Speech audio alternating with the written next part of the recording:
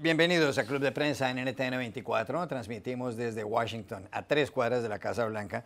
Y no olviden ustedes que al final de este programa lo pueden ver completo o pueden ver a partes en nuestra página de Facebook, también por nuestra cuenta de Twitter, y el podcast está en SoundCloud.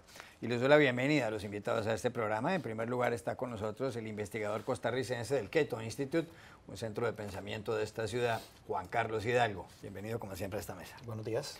Leonardo Cutiño, corresponsal de la revista brasileña Bella, bienvenido también. Buenos días, gracias. Raquel Godos, corresponsal de la agencia española de Noticias EFE, bienvenida a este programa. Gracias, Juan Carlos. Y Enrique Gómez Batista, corresponsal del diario Globo de Brasil, bienvenido también. Gracias. Ha regresado usted de Manchester, se fue a ver un partido, bueno, a otras cosas, pero a ver un partido del Chelsea, que es su equipo, con el Manchester City. Manchester United. Perdimos 2-1. ¿Y para qué fue entonces? Bueno, con la esperanza de ir a ganar. ¿Qué tal Manchester? Mira, si pueden evitar ir a Manchester, no vayan. Esa sería mi recomendación.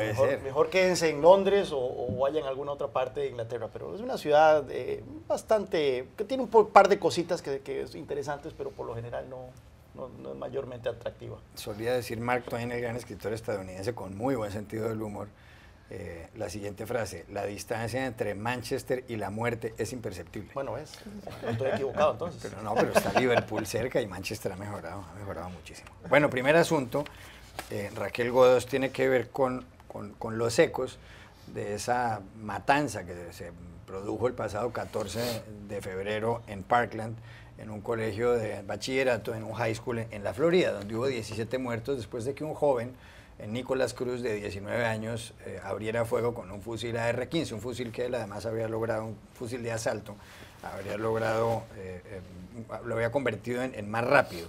Esos fusiles llegan a disparar 90 balas cada 10 segundos. Como consecuencia de eso se produjo, y de la reacción de los estudiantes sobrevivientes y de los padres de familia, se produjo nuevamente el gran debate en este país sobre la compra y el control de armas, que están cobijados, autorizados por la segunda enmienda de la Constitución. En este país hay 320 millones de habitantes y alrededor de 300 millones de armas. Más del 40% de las armas en poder de civiles en el mundo están en Estados Unidos, y eso que la población estadounidense comparada con la población mundial es solo del 4,4%. Muy bien, ¿qué ha ocurrido? Pues ha habido pronunciamientos a favor y en contra de la Asociación Nacional del Rifle, la NRA o NRA por sus siglas en inglés, que es el organismo, el gran patrocinador de la tenencia de armas y quien financia o entidad que financia muchísimas campañas políticas, incluida la de Donald Trump, que recibió, se dice, $30 millones de la NRA. Bueno, ¿qué ocurrió ayer? Trump estaba en la Casa Blanca con senadores y representantes republicanos y demócratas, y en un momento dado dijo la siguiente frase cuando estaba hablando con Pat Toomey, un senador republicano de Pensilvania. Dijo: yo soy un gran fan de la NRA, y él ha apoyado siempre el porte y el control de armas. Ellos son buena gente, son patriotas, aman a su país, pero eso no significa que siempre tengamos que estar de acuerdo con ellos. No tiene sentido que una persona pueda comprar un fusil a los 18 años, podría ser a los 21. Y luego le preguntó al señor Toomey: ¿ustedes tienen algo en un proyecto de ley sobre esto? Toomey respondió que no, y Trump le dijo: lo que pasa es que ustedes le tienen miedo a la NRA, yo no le tengo tanto miedo, dijo Trump. Y además se mostró partidario de que se eleve la edad para comprar armas de 19 a 21 años, se mostró incluso partidario de un debate nacional sobre el tema. Y en segundo término, y con esto termino, dos grandes cadenas de tiendas, Dick's Sporting Goods, que tiene 600 locales, ha dicho que no va a vender más rifles de asalto, y Walmart, la cadena de tiendas generalistas más grande del mundo, ha dicho que no va a volver a venderle fusiles a personas de 19 años, 18 años, sino que va a aumentar a esa edad a los 21. La pregunta es, después de este preámbulo largo, ¿se está produciendo un gran giro con respecto a todo esto en Estados Unidos? Bueno, creo que, como comentábamos el otro día, a diferencia de otras matanzas y masacres, sí que el movimiento estudiantil que ha nacido alrededor del Instituto de Florida está presionando mucho más, no solamente a los políticos, sino también a las empresas.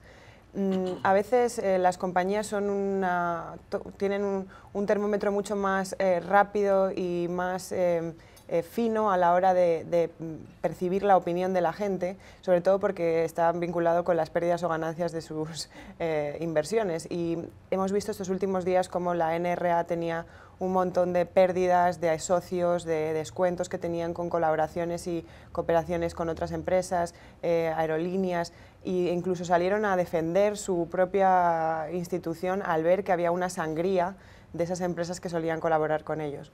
Eso es una parte de la lectura, ¿no? Quiere decir que en ese sentido vemos como hay un cambio de mentalidad en la sociedad, por lo menos en ese pequeño cambio, que para los europeos suena casi ridículo, o para el resto del mundo incluso, pero sí, desde luego, lo que no tiene sentido y es esa contradicción de que en una persona aquí con 18 años no se pueda tomar una cerveza de forma legal y sí comprar un rifle que dispara 90 balas por segundo, ¿no? O sea, es una cuestión bastante evidente y lógica. Eso por un lado. Y por otro lado, sí me llama la atención la postura de Trump en el sentido de sacar pecho frente a la NRA. Evidentemente es uno de los lobbies más poderosos de este país y, en cierto modo, y sin que sirva de precedente, sí que tienes razón. Él le tiene menos miedo que los senadores y que los congresistas al lobby. Él ha demostrado que tiene una capacidad de convocatoria casi muy inusual y muy particular. Él mismo no creo que necesite el empuje del lobby de las armas para tener contenta su base más dura, que es al fin y al cabo a la que apela la NRA. Y creo que es acertado el movimiento que él hace. Sí. Toomey le decía que no tenían un proyecto de ley. Él no tenía un proyecto de ley, pero Flake y Feinstein han presentado proyectos de ley para hacer una regulación en este sentido. Y creo que la presión que él mismo pueda ejercer sí que puede por lo menos hacer ese pequeño cambio hacia el hecho de que tengan que subir la edad. Vamos a ver en qué termina, ojalá. Un dato interesante que me contaron ayer es que la escuela donde ocurrió el tiroteo, con este movimiento estudiantil, hemos escuchado a estos estudiantes con esa capacidad de oratoria, es una de las mejores en debates en el Estado, así que creo que tienen algo que decir en estos próximos días todavía. Enrique Gómez Batista. Bueno, yo soy un poco escéptico todavía, creo que no veremos cambios tan profundos, tal vez pequeñas cosas como esta de aumentar un poquito la edad, pero eso no cambia la realidad, porque este caso sí fue un joven de 19 años, pero muchos otros casos son personas con más de 21 que podrían continuar haciendo estos tipos de matanzas.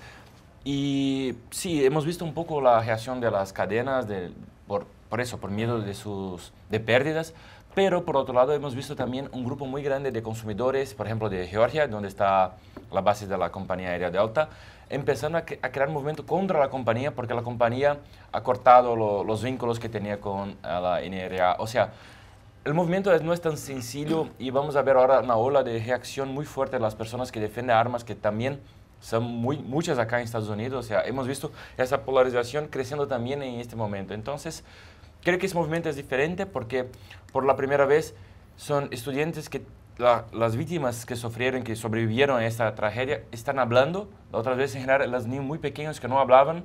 Entonces esto hace la diferencia, pero yo creo que el lobby de la arma es tan fuerte, la cultura de la arma es tan grande que no creo en gran cambios. Hemos visto, por ejemplo, después de lo que pasó en Las Vegas, que hubo un acuerdo para pasar algunos puntos, incluso con apoyo de la NRA, y no pasó. O sea, sí.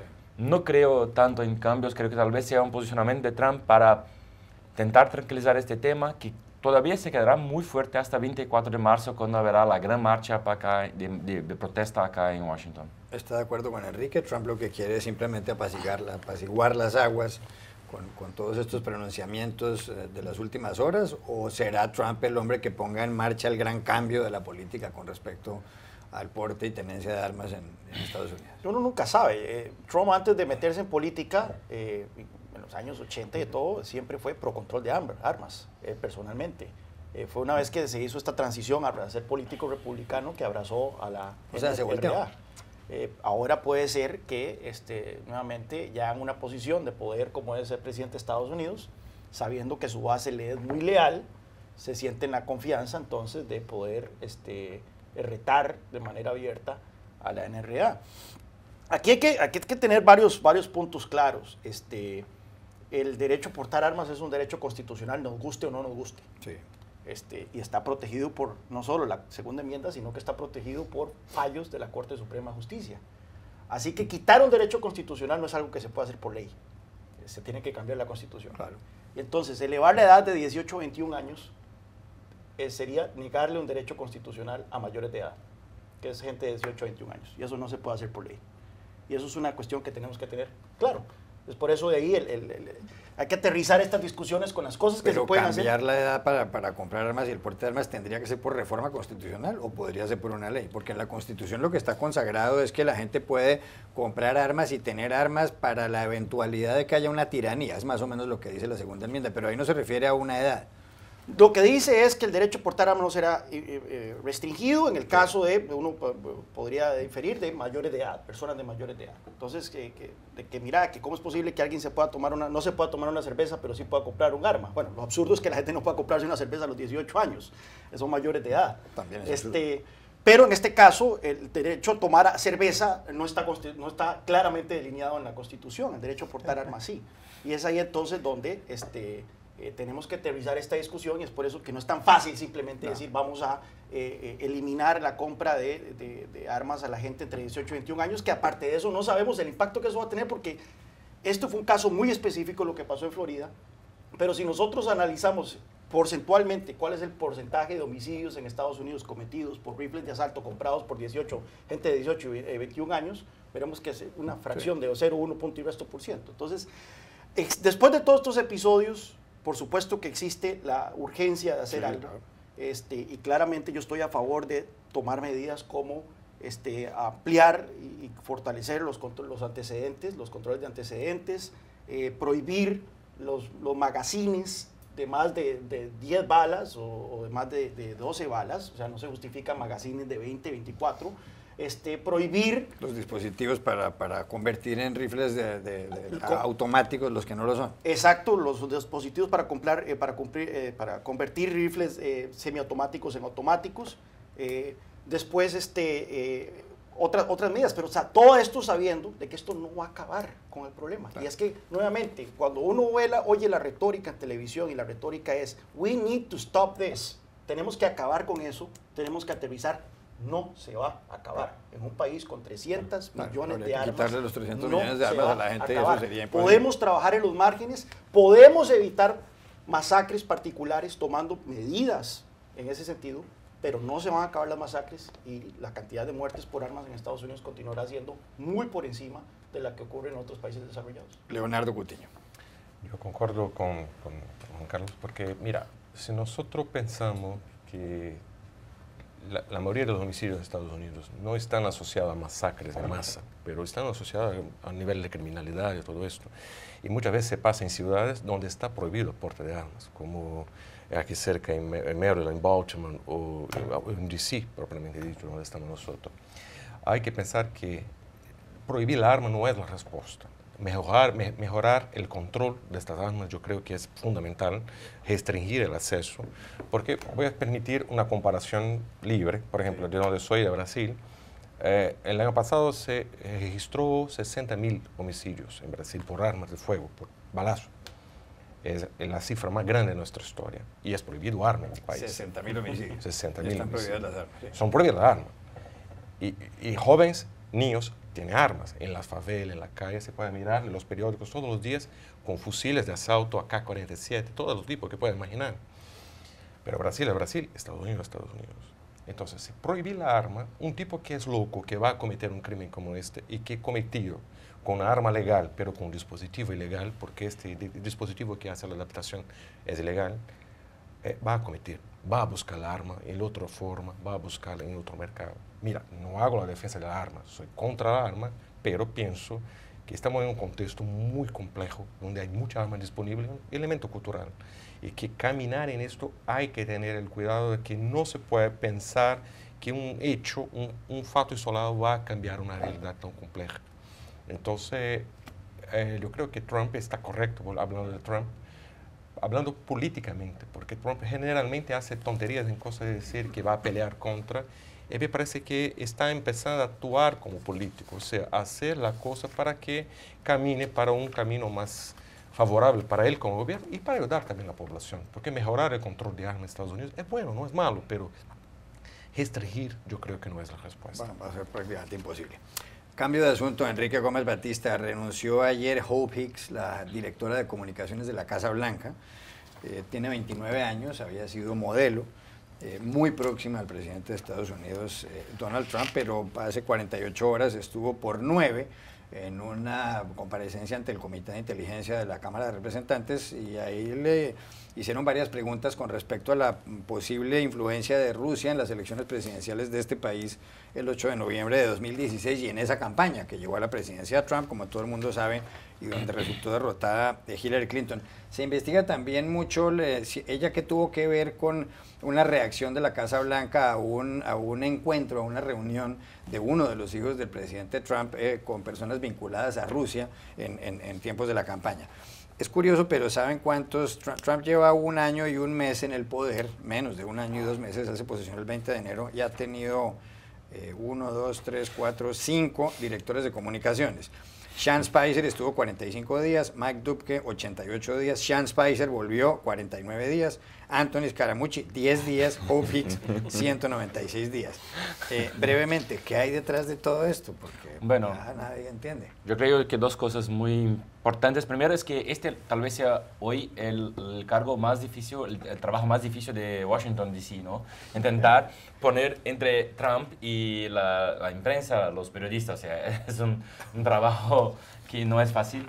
Tener que ganar, como decimos en nuestros países, adicionales por inseguridad, por insalubridad. O sea, que es una situación muy peligrosa.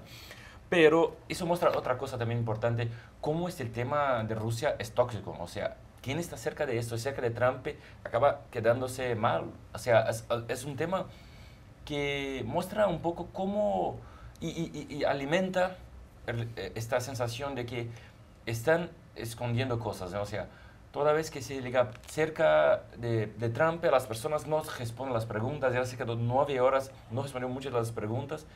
Salió, o sea, hay muchas cuestiones sin respuestas y esto amplía las dudas que hay sobre este tema y cómo esto está próximo, ¿no?, de Casa Blanca.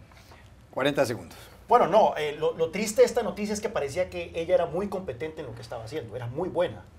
Uno ve la cobertura que usualmente los medios estadounidenses hacen de la Casa Blanca y es un lugar caótico, es muy desfavorable, pero cuando se escribieron de ella, presentaron una imagen muy positiva de alguien competente, joven, y que estaba haciendo bien su trabajo. Es una lástima que se vaya, porque esto significa entonces que va a venir alguien menos capacitado probablemente a reemplazarla, y no la culpo. O sea, estamos hablando de una muchacha de 29 años que fue interrogada por 9 horas por el Congreso esta semana, cuya vida personal estaba empezando a ser expuesta en los medios de comunicación y por supuesto, y que aparte ya está siendo investigada, a parecer, por supuesto, obstrucción de la justicia. Así que lo siento mucho por ella, ¿verdad? Leonardo Gutiño, 40 segundos. No, sí, porque mira, la descripción de Enrique fue perfecta, porque es un trabajo muy duro hacer la... Mira, se podría hacer casi análogo. Entre Trump y el New York Times y el Washington Post. Mira, muy dura, claro. Porque y la Trump, CNN. Sí, porque Trump tiene la responsabilidad de pelear con la prensa, pero también la prensa no tiene mucho afecto a Trump. Entonces, este es un trabajo casi de pacificador entre las relaciones. Entonces, lamentablemente, yo creo que si Trump sigue haciendo este cambio tan rápido, la relación no va a mejorar hasta el fin del mandato. Entonces va a siempre necesitar de un fuerte para hacer el trabajo, ¿no? Raquel Godas.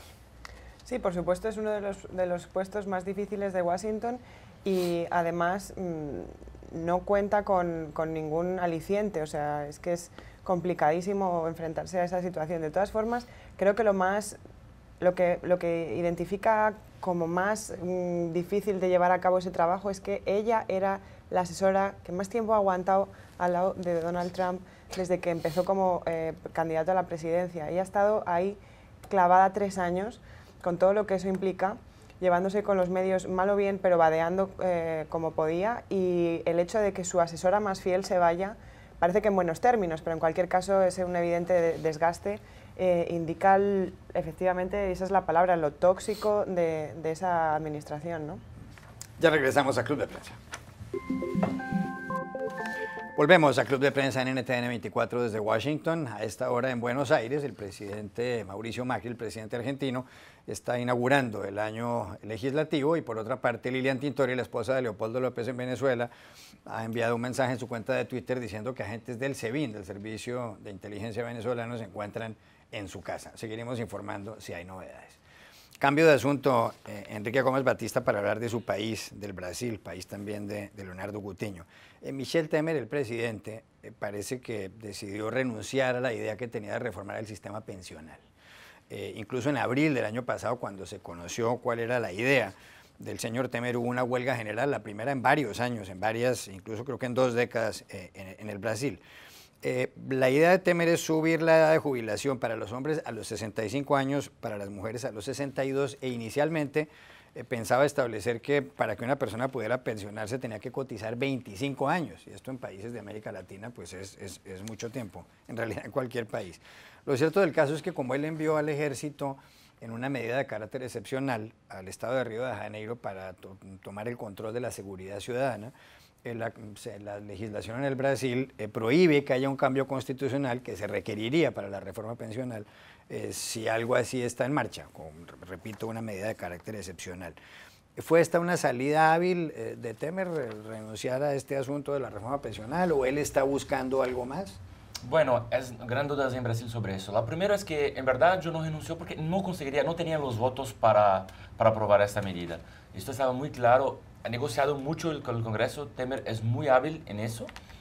Fue muchos años presidente de la Cámara de los Diputados. Tiene un acceso a los diputados y los senadores que pocos presidentes en Brasil han tenido, pero no tenía los votos. Y mucha gente cree lo contrario, al revés, que él ha hecho la intervención militar en Río para tener la excusa de abandonar la reforma de las pensiones, porque no tenía los votos, sería una gran derrota personal para él. Entonces, esta fue una maniobra para una salida honrosa para esta situación, y al revés creó un facto político muy importante, porque si la intervención militar en Río tiene el resultado de reducir un poco la violencia, podrá ser un capital político para Temer, que incluso mucha gente cree que puede estar planeando su candidatura a la elección. A pesar de tener solamente... Pero es que él llegó a tener la popularidad en el 0% para la gente joven. Sí, pero... Piensa presentarse a la reelección en octubre. Bueno, la situación está tan abierta en Brasil que todo está puede posible, pasar. sí. Leonardo Coutinho.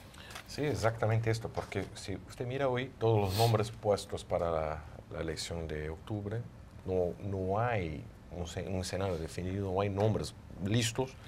Y esta maniobra de Temer, yo creo que Enrique describió muy bien, fue muy inteligente, porque no iba a pasar la reforma de la Previdencia por 2 razones.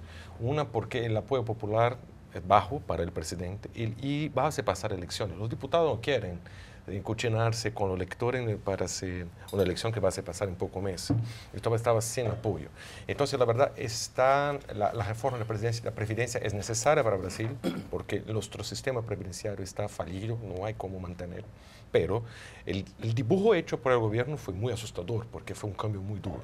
Y la actuación de Temer en Río de Janeiro tiene 2 funciones, yo pienso. Una, Enrique describió, que es crear una justificativa. El otro, poner luz en otra cosa para que sea. Y Temer está intentando construir una mejor reputación y una bandera muy fuerte de la población. Hace un rato yo dije que 60.000 homicidios en mi país. Entonces Temer quiere crear una solución para la seguridad en Brasil, que es una bandera política de un candidato que está muy fuerte, liderando las encuestas, que se llama llamado Jair Bolsonaro. Entonces Temer intenta capitalizar un poco este sentimiento de la población de Brasil que busca por seguridad. Entonces está haciendo un juego con dos resultados posibles en una partida sola. Es muy bueno para él. Sí, bueno, vos mencionabas una cosa, y es que en 25 años de cotización es mucho. Pero recordemos que si uno se pensiona, como en Brasil, que promedio de la gente se le pensiona es a los 54 años, 54, 55 años, sí. Y tiene una expectativa de, ¿cuál es la expectativa de vida de Brasil? 75 años. Sí. Entonces puede esperar fácilmente vivir 20 años pensionado, y no hay sistema de pensiones que aguante eso. Un esquema en donde la gente cotiza 25 años, y recordemos que cotiza una fracción de su salario para luego recibir una pensión por 20 años que representa el 70% de sus últimos salarios.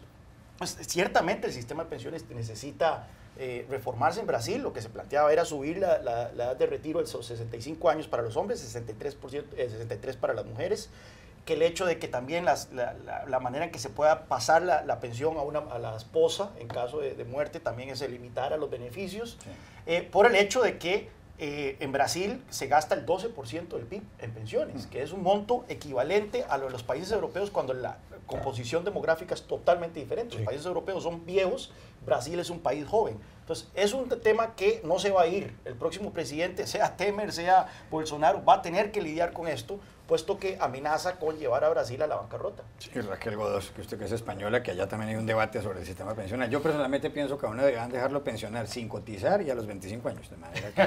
Bueno, en España los años de cotización están en los 35 y subiendo la edad de jubilación a los 67. Evidentemente, el mapa demográfico es distinto, pero creo que antes de hablar de una reforma pensional, lo que hay que atajar en América Latina es la falta de trabajo formal. También. En el momento en el que hay un grueso de la población que no está trabajando de manera formal, no aporta a las arcas del Estado y entonces las pensiones no se sostienen. Con lo cual, América Latina debería formalizar más el trabajo y después hacer un cambio en el sistema de pensiones. Y no hay otra manera de hacerlo. No sé si tengo un segundo, pero en Chile, bueno, Chile tiene un sistema de pensiones que para mí es óptimo, que se basa en la cotización individualizada y de todo. Y Chile ha tenido problemas, a pesar de su sistema, que es un buen sistema, precisamente por el tema de la informalidad. Porque si uno ve el chileno promedio, únicamente un 40% de los chilenos cotiza por 30 años durante su vida laboral. La mayoría tiene estos periodos de informalidad, de desempleo y demás. ¿Y qué pasa? Que al terminar su vida laboral no cotizó lo suficiente para una pensión decente. Cambio de asunto para hablar de un tema completamente distinto. Hay una frase de Alma Guillermo Prieto, la famosísima periodista, que dice que el fenómeno cultural más importante de América Latina son las telenovelas. Acaba de publicar una profesora de periodismo de la Universidad de Harvard, que es además la directora de la revista, la que se refiere a asuntos latinoamericanos en esa universidad, June Carolyn Ehrlich, que es graduada de periodismo de la Universidad de Columbia, un libro. Ella ha publicado varios, pero en esta ocasión acaba de publicar un libro titulado en inglés Telenovelas in Pan-Latino Context, es decir, las telenovelas en un contexto pan-latino. Y ella se refiere mucho a este género como algo único en América Latina. Y cuenta en un momento dado incluso que en América Latina la gente no solamente ve las telenovelas, sino que las vive. Cuenta June Carolyn Ehrlich que ella ha visto pues, todas las telenovelas, cubrió las guerras en Centroamérica en los años 70 y 80, ha vivido en Colombia, conoce todas las telenovelas. Aquí en esta casa, porque somos empresa hermana de RCN Televisión, tenemos una de las mejores telenovelas de la historia, que es Yo Soy Betty la Fea, que fue una telenovela de RCN Televisión. ¿Usted está de acuerdo con eso de que las telenovelas posiblemente son el fenómeno cultural de América Latina? No diría que el fenómeno, pero sí ciertamente que habría una lista corta.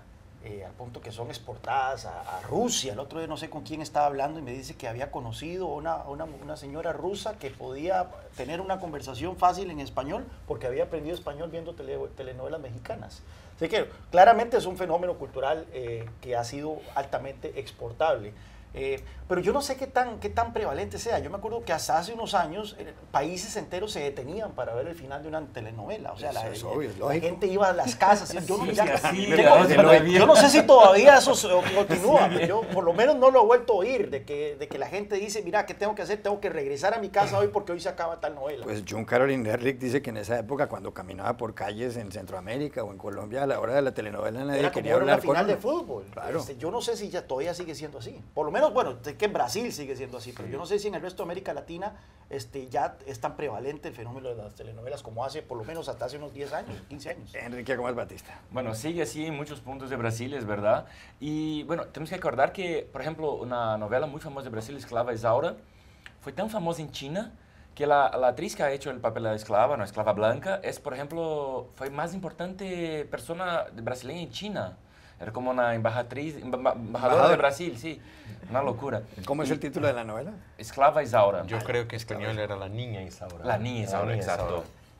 Pero, por ejemplo, en Cuba, si va a Cuba hoy, los restaurantes personales dentro de su casa se llaman paladares, porque una novela de los años 80 en Brasil vale todo, que una personaje creó un restaurante dentro de su casa y puso el nombre de Paladar. O sea que el nombre de Paladar es de los restaurantes de Sí, Cuba todos es brasileño por una Cuba, telenovela. por la telenovela. Entonces tiene razón Giancarlo Inerli que sí es un fenómeno Sí, pero yo cultural. personalmente creo que la manifestación cultural que más une Latinoamérica de verdad es el Chavo de Ocho, porque eso se ve en todo el continente, incluso en Brasil es un suceso hasta hoy. Un canal de cable muy famoso que hace producciones premium y todo, compró los derechos para pasar el Chavo de Ocho, que en Brasil se llama Chaves. O sea, eso Chávez. sí une Chávez, Latinoamérica. Vamos a hablar de Chávez en un momento. Eso une Latinoamérica y podemos hablar todo el continente siempre del Chavo de Ocho. Raquel Godas. Yo creo que es colombiana, usted va a yo Colombia soy con frecuencia. medio colombiana o más de medio.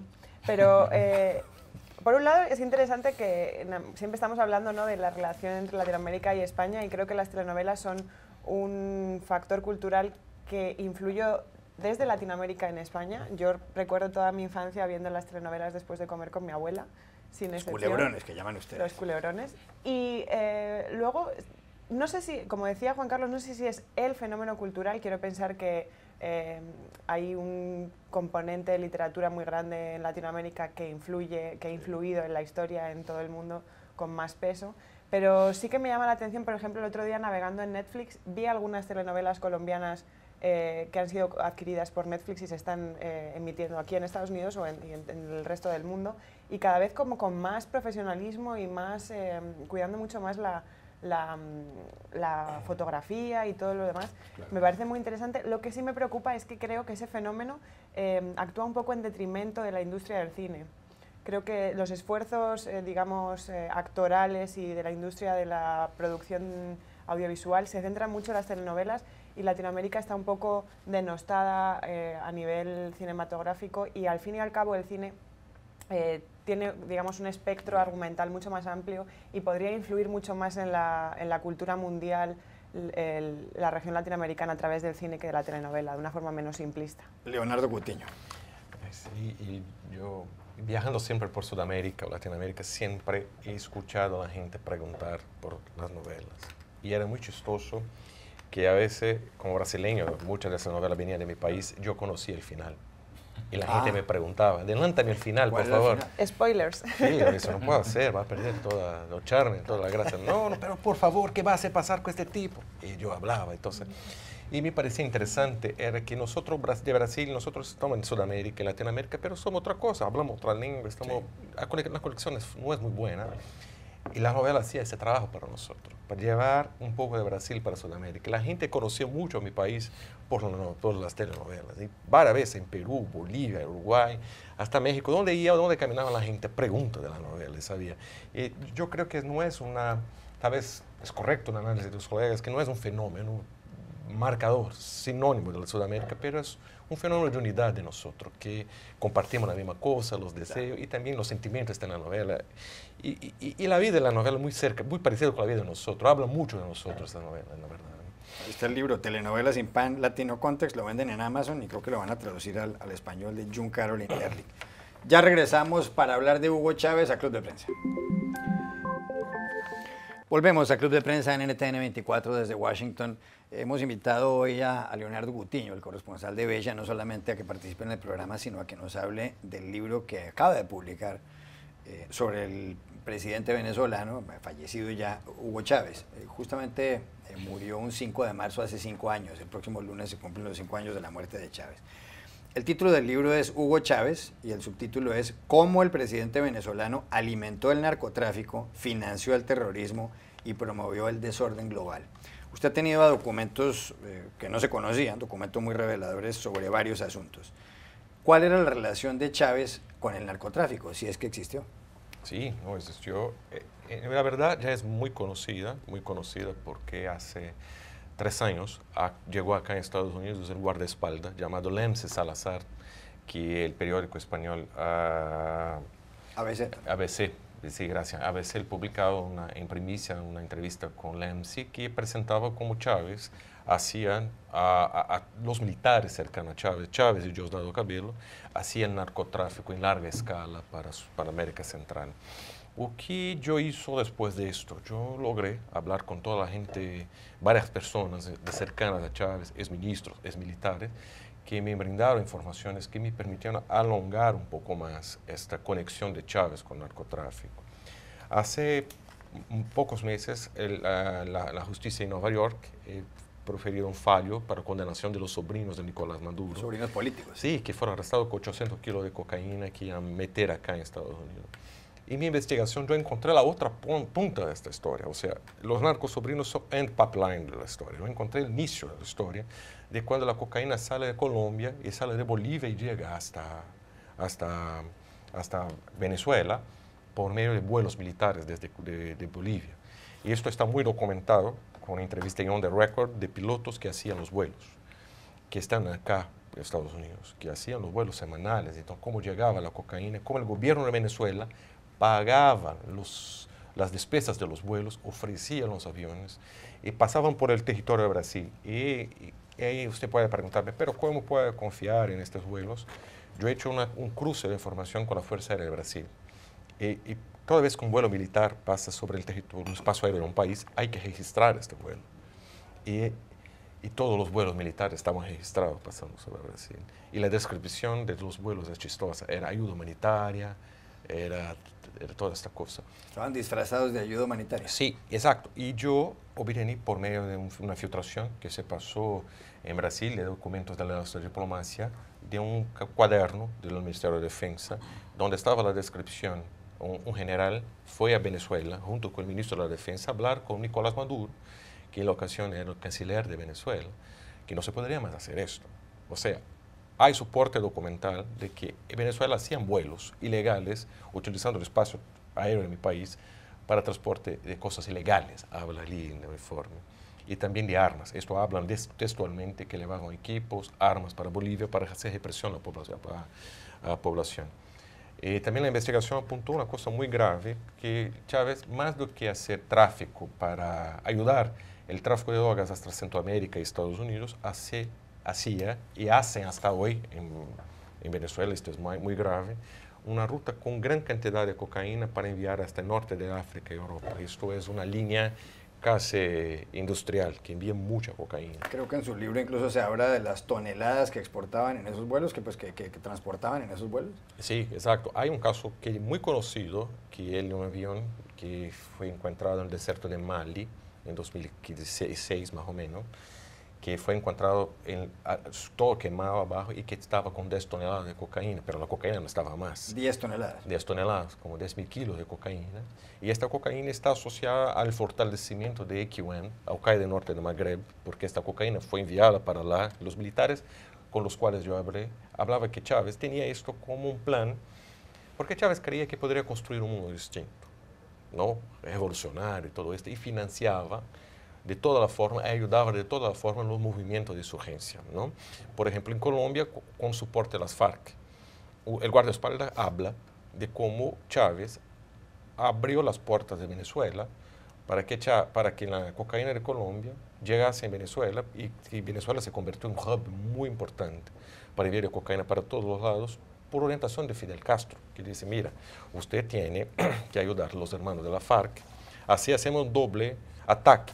Ayudamos los hermanos combatientes y enviamos la cocaína para nuestro enemigo, que es Estados Unidos. Esta era la lógica. Ahí usted va a preguntar, pero Chávez era un narco. No es simple, porque Chávez creía, y yo tengo a creer que había originalmente este sentimiento, que era una estrategia de guerra. Utilizaba la cocaína para hacer un ataque frontal a Estados Unidos, atacar a los enemigos y todo esto, y crear ese desorden global, como yo llamo el libro. Pero al fin se metió tanta cocaína en el negocio que todos los círculos cercanos se convirtieron en criminales, ¿no? Y según el libro suyo, Chávez era un hombre rico, hizo mucho dinero para él, tenía una gran fortuna personal, o ese dinero, según estas investigaciones, lo repartía en defensa de sus causas políticas o para auxiliar a sus aliados políticos. En dos cosas. En la verdad, Chávez repartía el dinero del pueblo, no de él. Entonces, repartía el dinero de PDVSA, repartía las ganancias del petróleo. Mira, acuérdate que Venezuela pasó por un periodo largo de bonanza petrolera muy el petróleo llegó al valor encima de $100 el barril y Venezuela tenía mucha plata para manejar. Entonces Chávez abrió man, no hizo del país desarrollado, pero prefirió utilizar la plata que podría desarrollar Venezuela para hacer la confusión de Sudamérica y en toda la región.